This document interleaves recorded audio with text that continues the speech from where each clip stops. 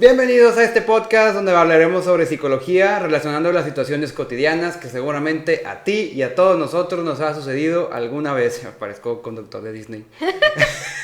Bienvenidos a este día de análisis, reflexión y divulgación psicológica para de verdad vivir y no solamente existir. Mi nombre es Rolando Martínez. El mío es Jessica Barbosa. Y esto es Los Psicomentalistas.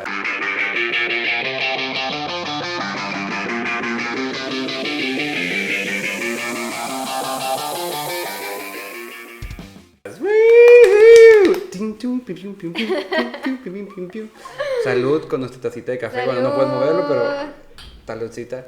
Estamos tomando café y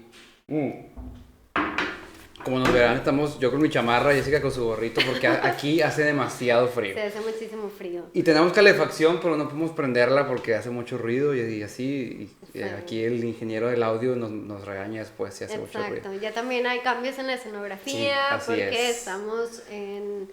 Ya Y el productor nos va a cambiar la escenografía. Exactamente. Como podrán ver, ya no tenemos nuestro tan representativo e icónico cuadro de flores acá atrás.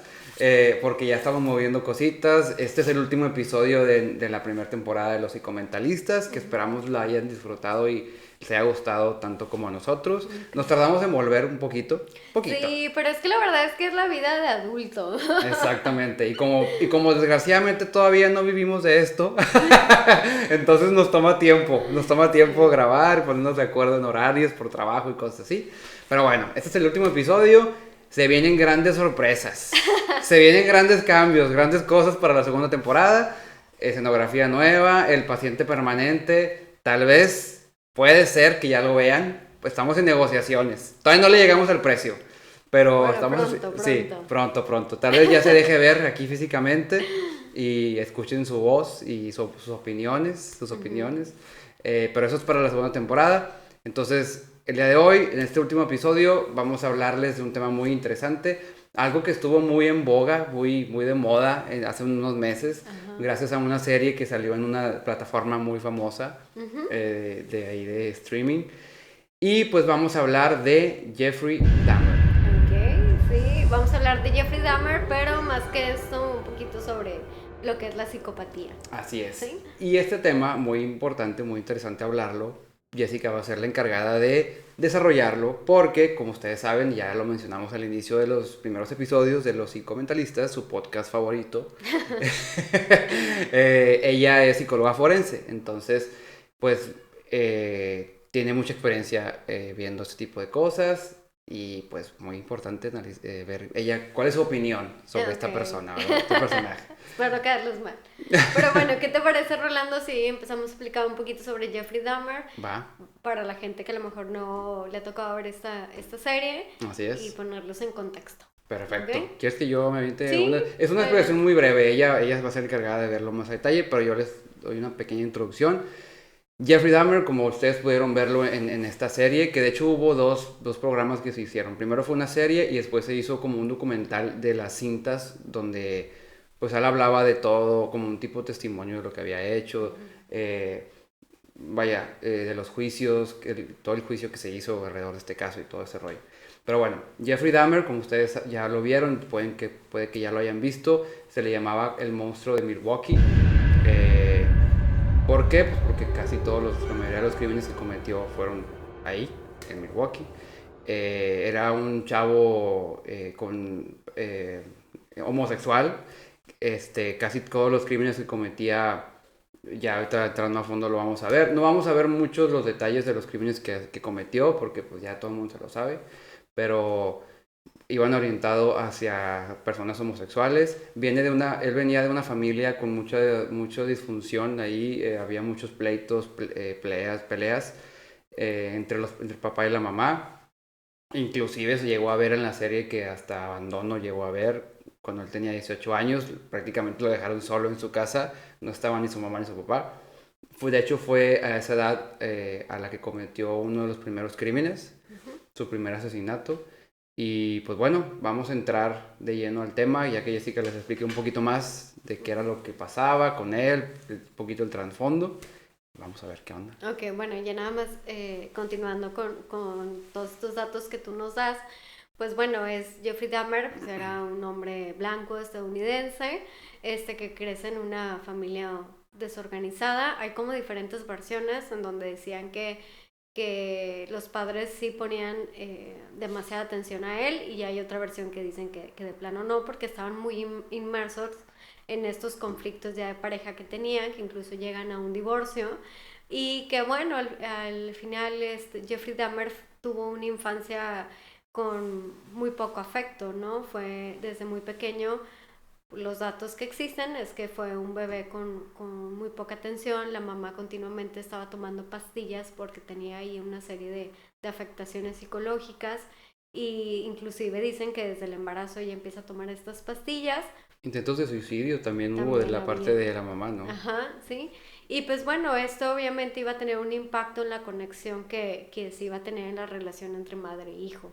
Y bueno, pues el papá pues trabajando todo el tiempo, entonces como que lo relegaban ahí un poco, un mucho.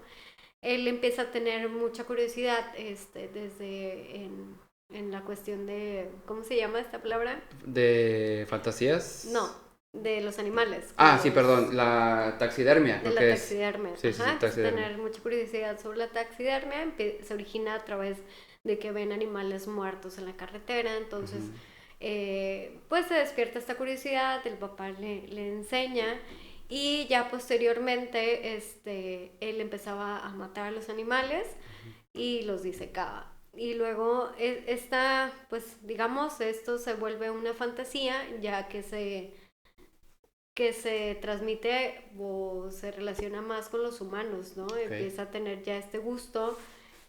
Bueno, él se descubre su orientación sexual, y él dice, pues yo soy homosexual, pero no lo dice, o sea, es algo que pues él se lo queda, Ujú. y empieza a tener fantasías sexuales, pero por lo mismo, como que esta parte del aislamiento, porque también había como un aislamiento social, eh, originó que no se creara en él como estas habilidades sociales, Como ¿no? es empatía, ¿no? Que se podría Ah, llamar también de una manera. sí, y el crear tal conexión con las Claro. personas, ¿no? Esta habilidad de sociabilizar, Ujú. como que estaba deteriorada.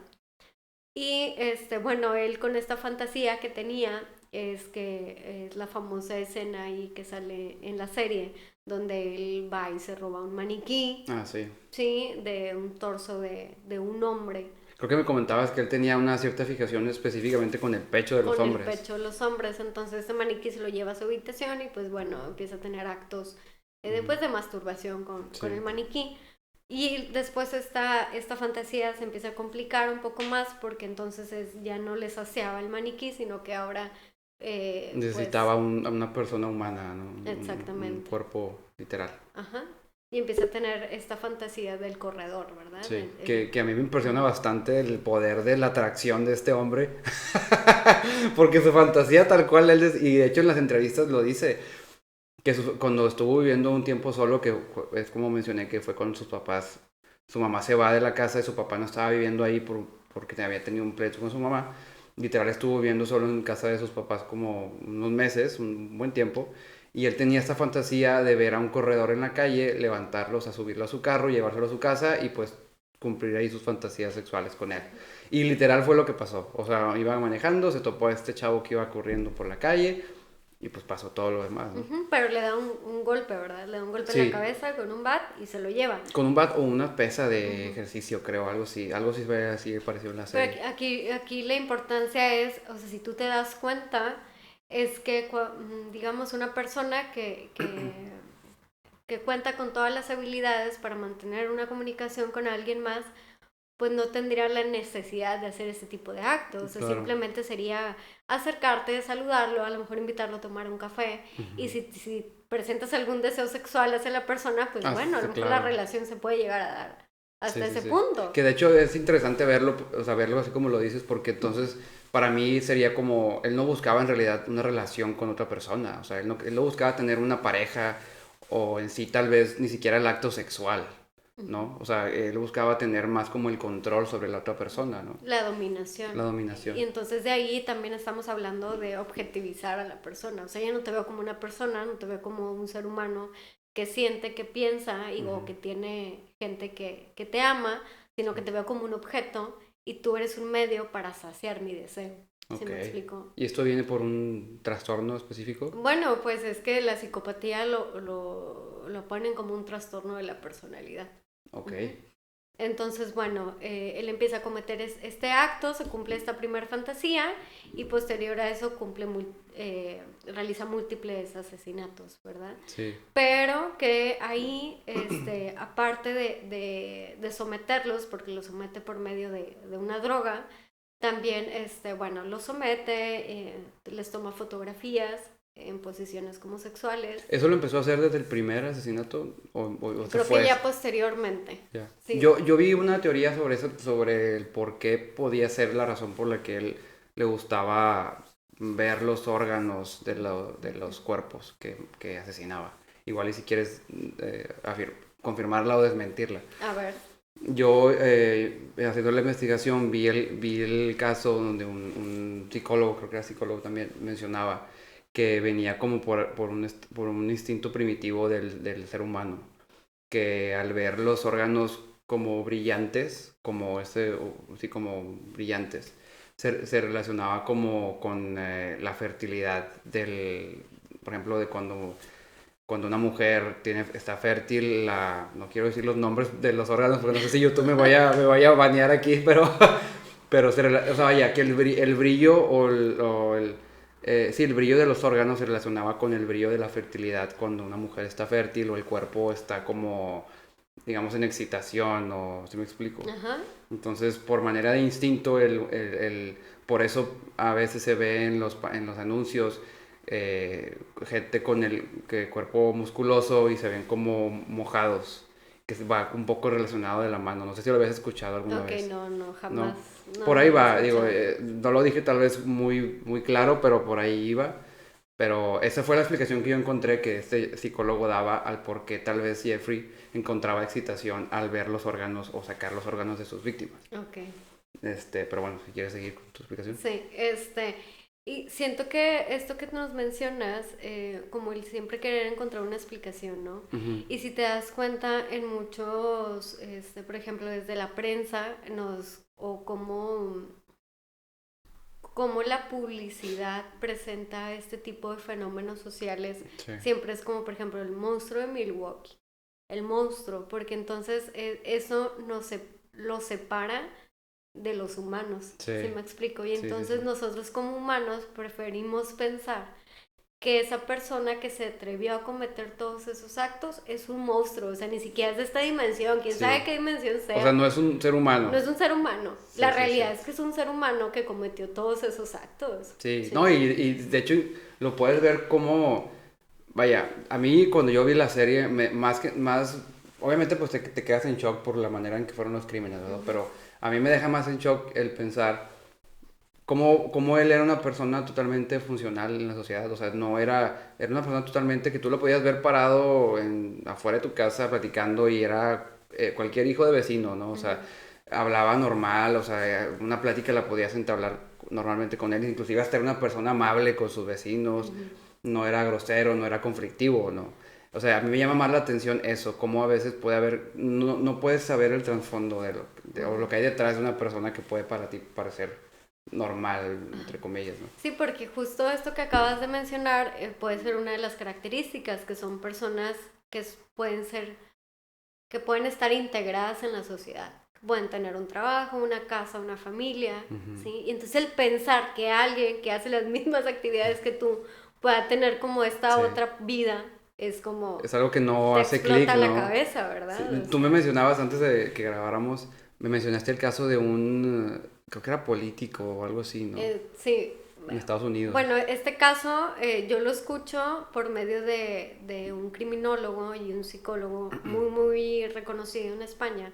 Él se llama Vicente Garrido. Entonces, bueno, él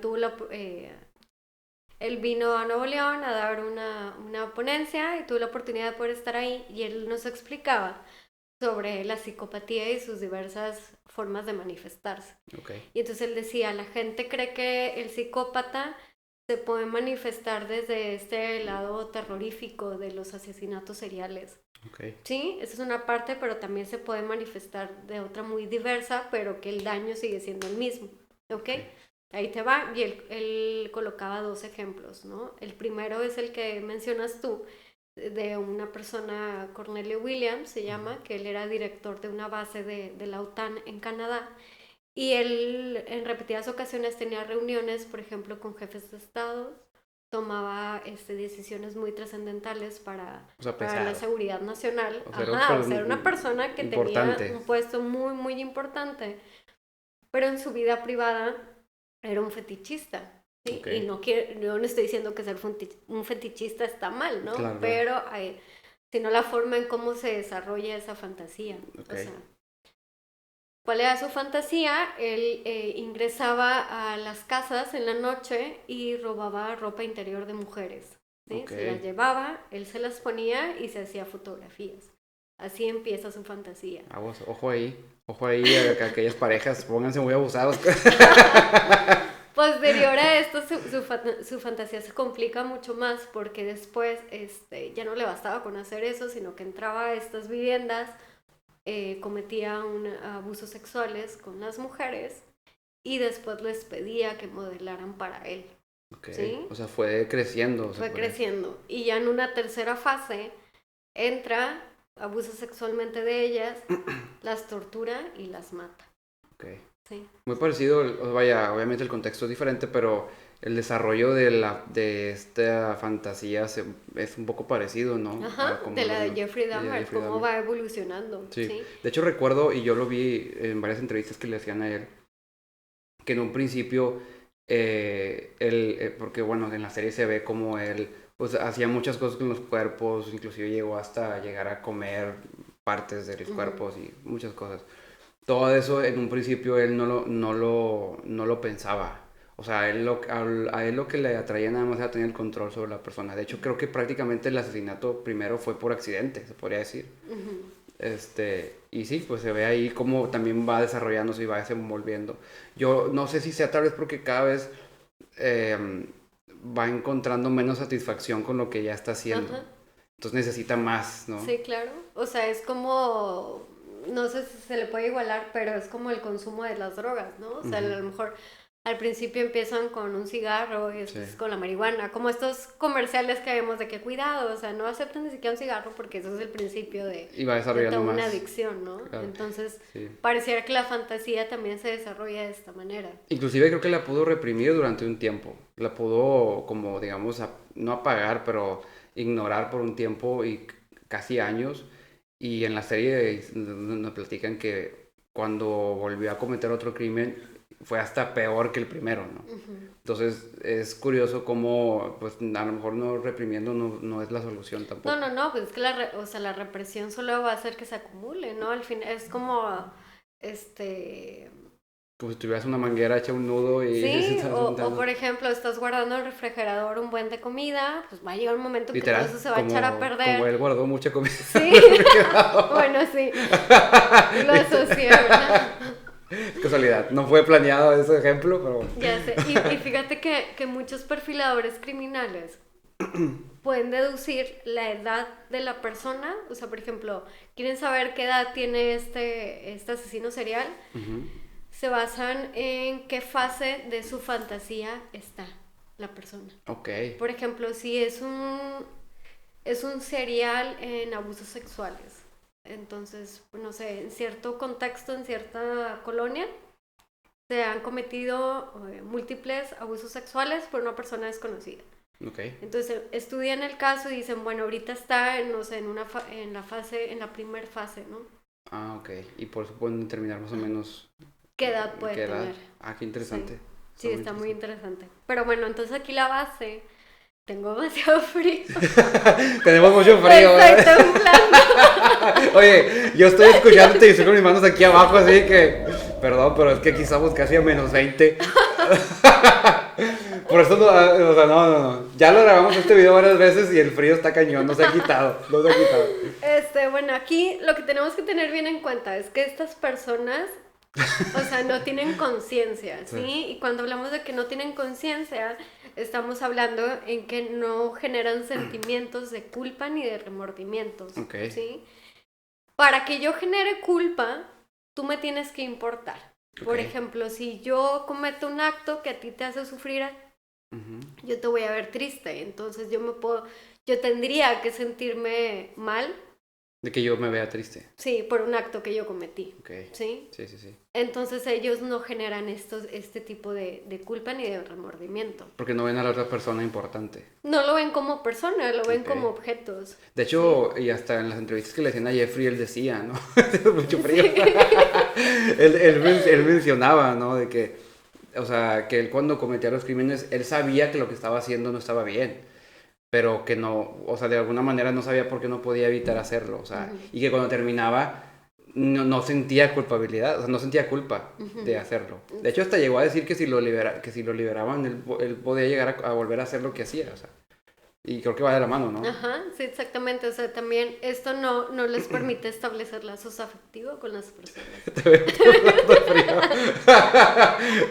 Para que vean que hacemos lo mejor, lo esfuerzo posible por ustedes. Voy a traer acá un corto. Sí.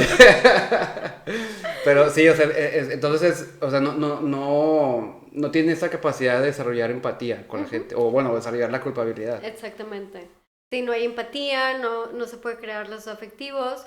Las decisiones que toman ellos son decisiones egocéntricas, o sea, que no tienen el sentido de la ética y de la moral. ¿Sabes cómo? Es que estoy pensando en lo del frío y me va a O quedar... sea, me ignoraste. No, sí te escuché, te escuché. Está muy de hecho, te iba a preguntar, ahorita que mencionaste esto, ¿existen estudios o algo donde se hable de esta falta de culpabilidad?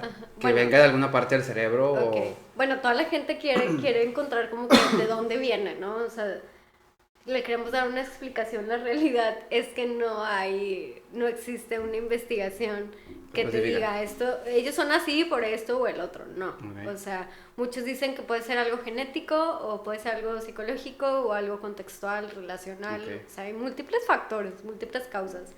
Pero, por ejemplo, hay investigaciones que dicen que sí hay una afectación en la amígdala, que es el lugar del cerebro donde se procesan las emociones. Y otros también dicen que puede ser una afectación en la corteza frontal, que es donde tenemos el juicio, ¿no? Es lo que nos ayuda Ok. a decir esto está bien o esto está mal. Pero no sabemos. Sí. Fíjate, o sea, qué interesante, pero en realidad no hay un estudio que literal diga que es porque viene de estas partes del cerebro. ¿No? Ya. Bueno, y aparte hay otro ejemplo que es el de Bernard Madoff. Él está en el origen del crack del 2008 en Estados Unidos, cuando fue la crisis económica.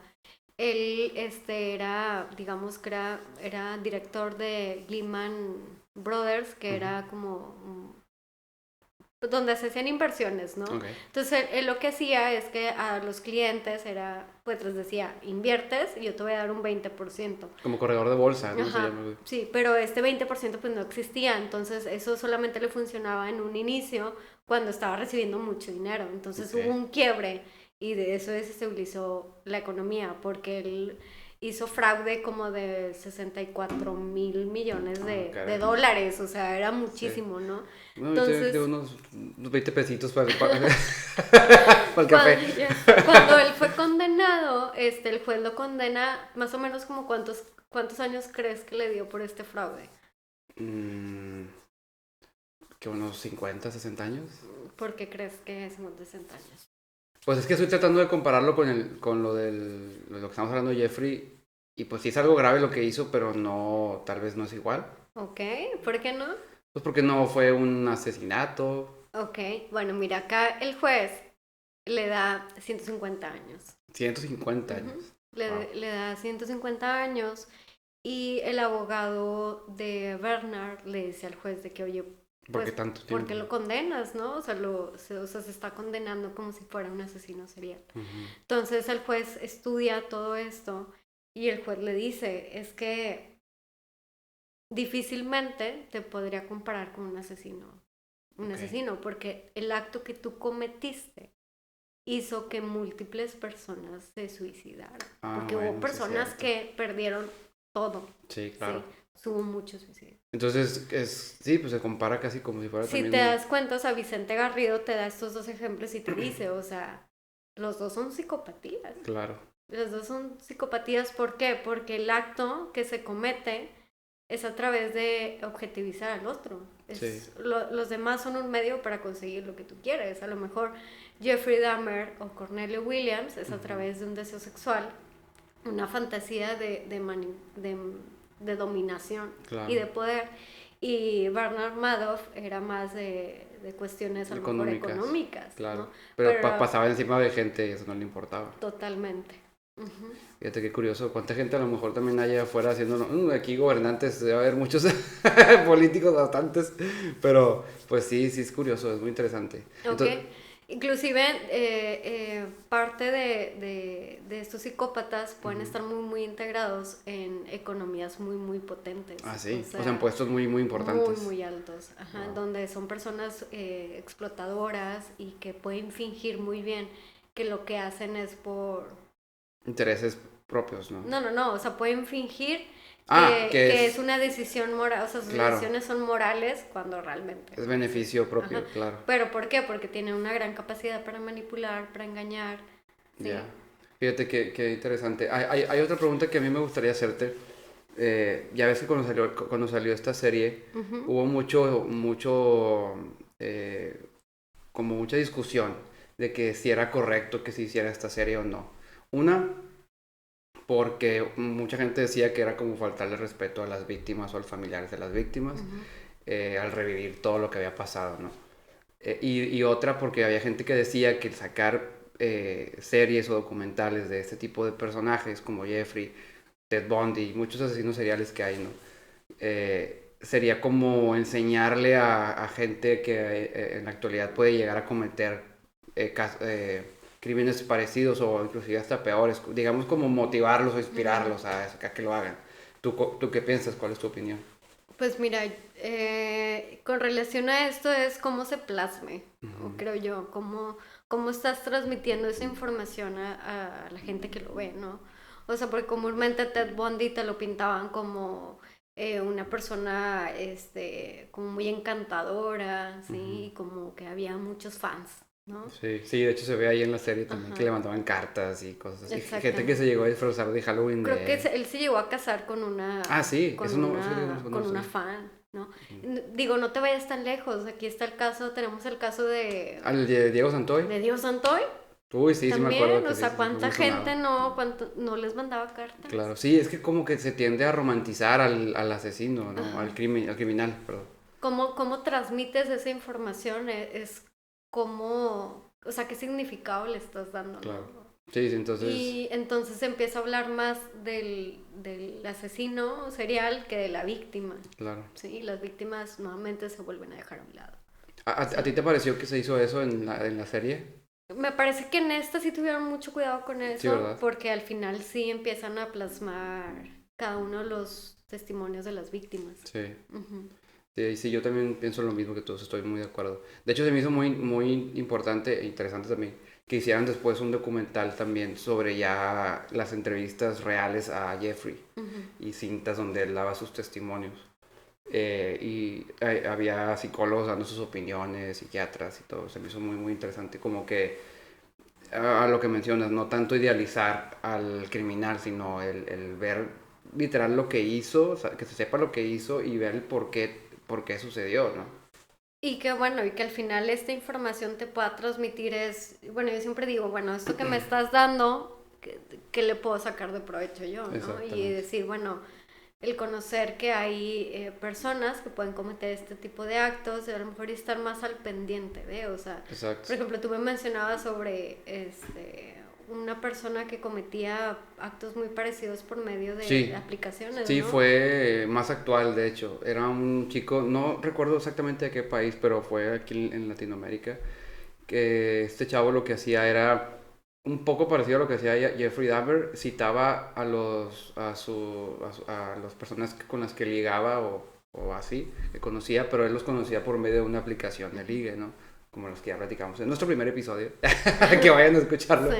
pero él hablaba con ellos en esas aplicaciones, los citaba en su departamento, o casa, no me recuerdo si era casa, y hacía prácticamente lo mismo, los drogaba, los dormía, abusaba de ellos, y pues bueno, ya saben, todo lo que, muy parecido a lo que hacía Jeffrey Dahmer, que mucha gente, ahí, por eso iba mi pregunta, mucha gente criticaba o decía que, pues, que esto pasaba por sacar este tipo de programas o de documentales o de series, que la verdad, como ya lo dijimos, no creo que sea por eso, pero sí, como tú dices, yo pienso lo mismo, creo que ayudan a la gente a concientizar y decir por qué pasa lo que pasa, o estar más atento a no ser tan confiado de la gente, porque desgraciadamente pues no sabes qué hace tu vecino detrás de la puerta, ¿no?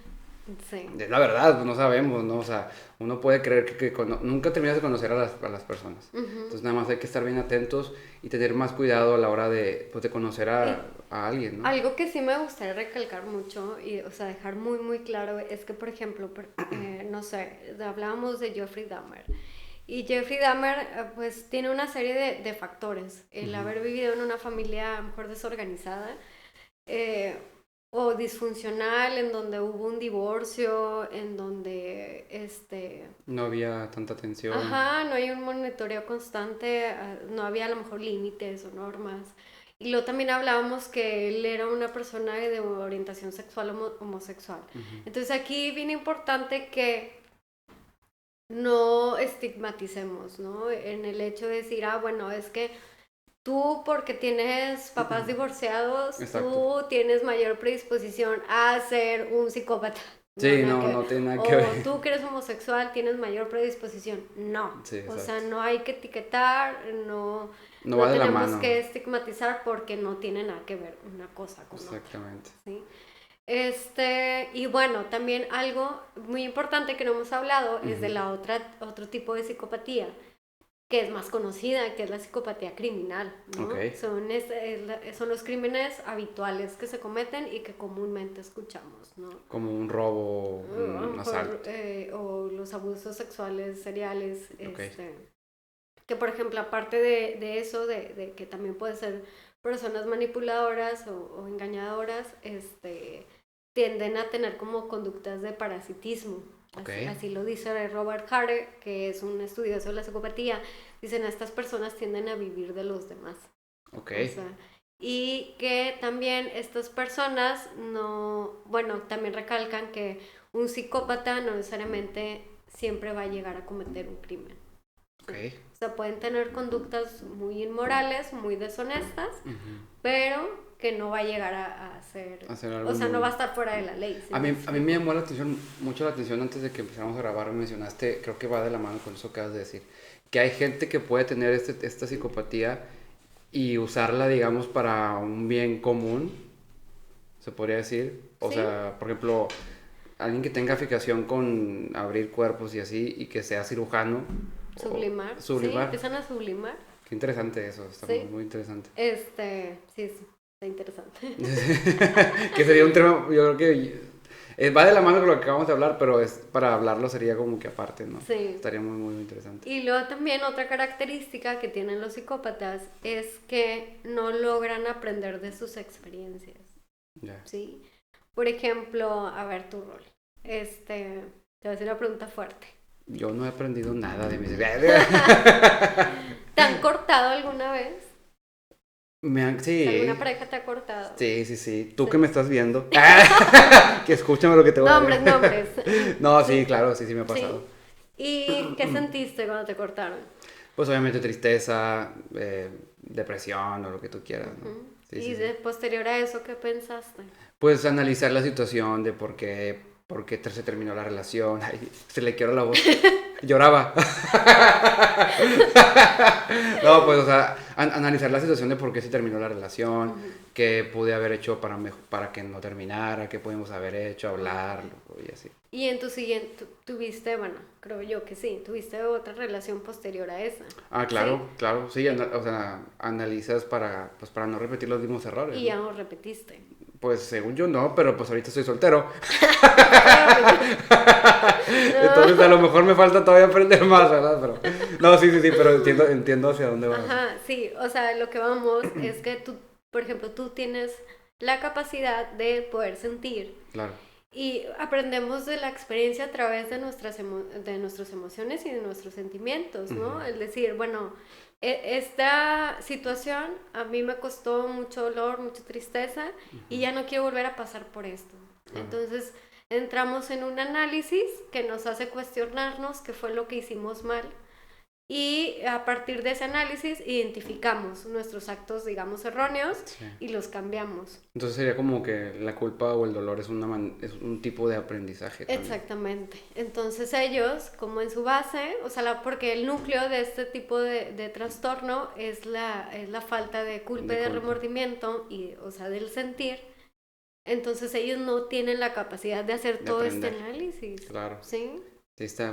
También me comentabas antes de grabar que no recuerdo el nombre de la persona o de quién lo escuchaste, pero que él mencionaba que una manera de ayudar a este tipo de personas es hacerlos sentir importantes o algo así. Bueno, es que hay una serie de teorías, ¿no? Y entonces te pueden decir de que, digamos que la orientación clínica, psicológica para poder apoyarlos, o sea en lo terapéutico, digamos, es lo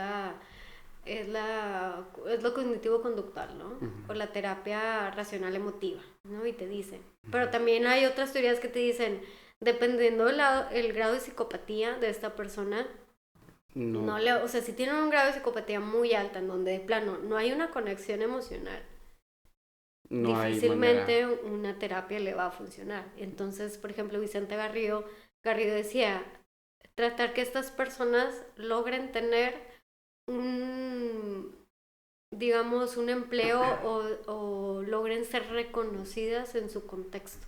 Okay. Porque decía él, difícilmente, o sea, si él o ella se sienten reconocidos, difícilmente van a cometer un delito, ¿sí? Sí, Pero bueno, son teorías, sí, digo, son teorías. tampoco. Ajá. O sea, en realidad no hay algo que a la fecha esté comprobado que pueda ayudar. No. Y también, o sea, algo sí que quiero recalcar es, no todo psicópata va a cometer un delito. Y que no todo psicópata va a cometer actos violentos. Eso va a depender mucho qué tan integrado está en la sociedad también. Ok, qué bueno, ¿no? que mencionas eso. O qué tipo de fantasía tenga. Ok, ya. Entonces, bueno, esto es un poquito de todo. Del tema, ¿algo más que quieras agregar? ¿Has conocido a alguien así? Pues gracias a Dios no, que yo he conocido no. Aquí estoy vivo. Aquí sigo, ¿verdad?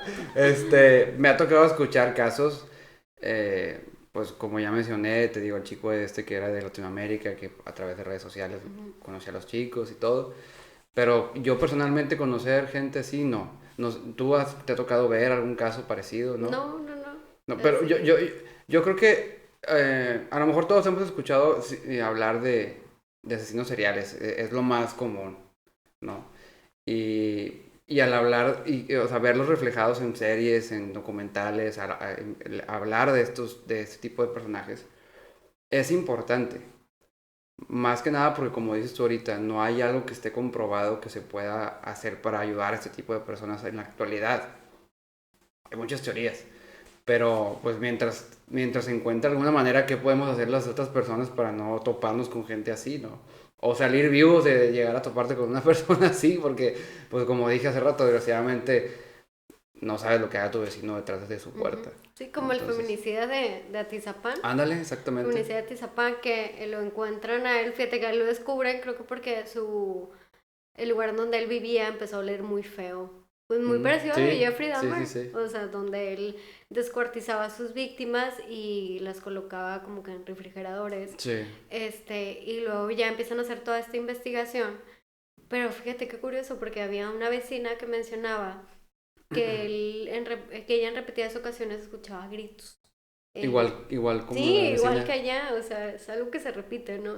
Y entonces, bueno, se hace la investigación, pero como esta persona tenía como cierto poder en su comunidad, pues no, o sea, Nadie sospechaba. Nadie sospechaba. Fíjate, es muy parecido, ¿no? Para lo de Jeffrey Dahmer, que lo acusaban, la vecina que tenía lo acusaba, y no sé si a lo mejor porque pues era blanco, y vivía en una comunidad donde había muchos afroamericanos, Y pues tú lo veías y hablaba como una persona casual.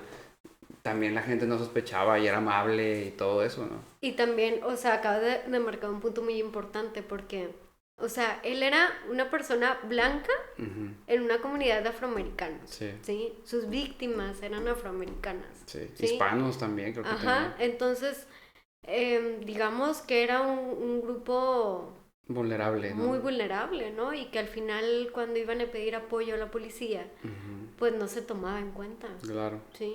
Sí, está muy fuerte. Entonces, Sí, él sí. también tuvo muchas ventajas Sí, en todos sí. esos crímenes que Inclusive cometió. se le llegó a juzgar antes de que lo juzgaran por los crímenes que se descubrieron y lo dejaron ir, o sea, lo dejaron libre. Sí, O creo que sea, el juez le dice así como que, ay, tú me recuerdas a un sobrino o a mi hijo, no sé quién le dice, pero a alguien de su familia, y sí. te voy a dar la oportunidad para que tú y Rehagas tu vámonos, vida todos y... los múltiples crímenes que cometió después de Sí. ahí. No, y hay una parte del documental ahorita que recuerdo donde él literal llevaba el cuerpo atrás en una bolsa. Ay, yo aquí escandalizado. O sea, estoy Tranquilo, molesto. tranquilo. Me molesté. No, pero él llevaba el cuerpo en una bolsa atrás de su carro y lo para un policía, ¿no?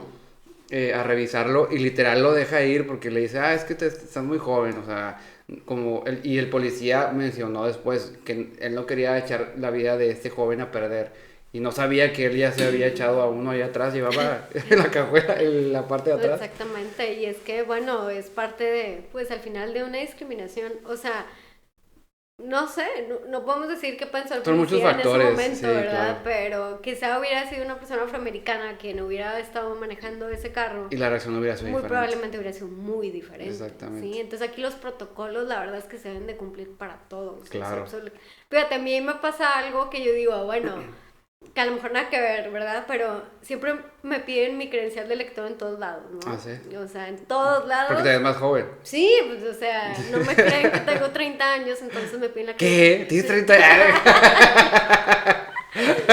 No me creen, entonces me la piden. Entonces yo veo que siempre que entro a un lugar y que me la piden, yo veo como a las personas altas nunca se las piden, ¿no? Entonces Sí, yo digo, a ver, esto se debe cumplir para todos, no nada más para mí, porque me hace sentir discriminada. Al final Claro. entiendo que sí tengo un perfil muy... No, aparte si fuera, o sea, eso quiere decir que si va un chavito de 15 años que es muy alto, no le van a pedir. No le vas a pedir, entonces Ajá. te estás dejando llevar porque, sí, o sea, al Claro. final de cuentas es discriminación, entonces los protocolos se deben de cumplir absolutamente para todos, Sí, ¿no? sí, es cierto. Pero bueno, creo que ya nos alargamos demasiado. Sí, nos fuimos un poquito fuera, pero vale, es que o sea, hay muchas cosas que puedes no voy a decir eso, iba a decir desmembrar, pero no. que puedes sacar de este tema, ¿no? Sí. Entonces, pues sí, ¿hay algo más que quieras agregar sobre? Sí, me gustaría mucho ya posteriormente hablar también sobre los efectos en las víctimas, ¿no? Ok. Y de los familiares, porque si no vamos a caer nuevamente como a hablar Sí. únicamente como del asesino, asesino. Y no de la otra parte, pero bueno, creo que es todo por hoy. Sí. ¿Sí? Pues sí, es todo. Esperamos que este episodio les haya gustado. Como ya dijimos, va a haber muchas sorpresas para la siguiente temporada. Aquí va entrando el paciente permanente porque nos dejó aquí, no estuvo presente, pero estuvo en cuerpo y alma y corazón. Pero nos despedimos, espero que les haya gustado este último episodio de esta primera temporada. Nos sigan en nuestras redes sociales, en todos lados estamos como Los Psicomentalistas, solamente en Twitter estamos como Los Psicomental. Ahí siempre les estamos mandando información del tema que vamos a tratar próximamente. Mandamos encuestas ahí para que nos den su opinión sobre qué tema quisieran que tratáramos. Compártanos, denle like, suscríbanse, activen la campanita de notificaciones, Spotify, YouTube, ya saben, todos lados. Redes sociales, soy como RolMTZ2. Y yo como Jess Barbosa. Así es. Síganos, nos vemos en el próximo episodio. Hasta luego. Adiós.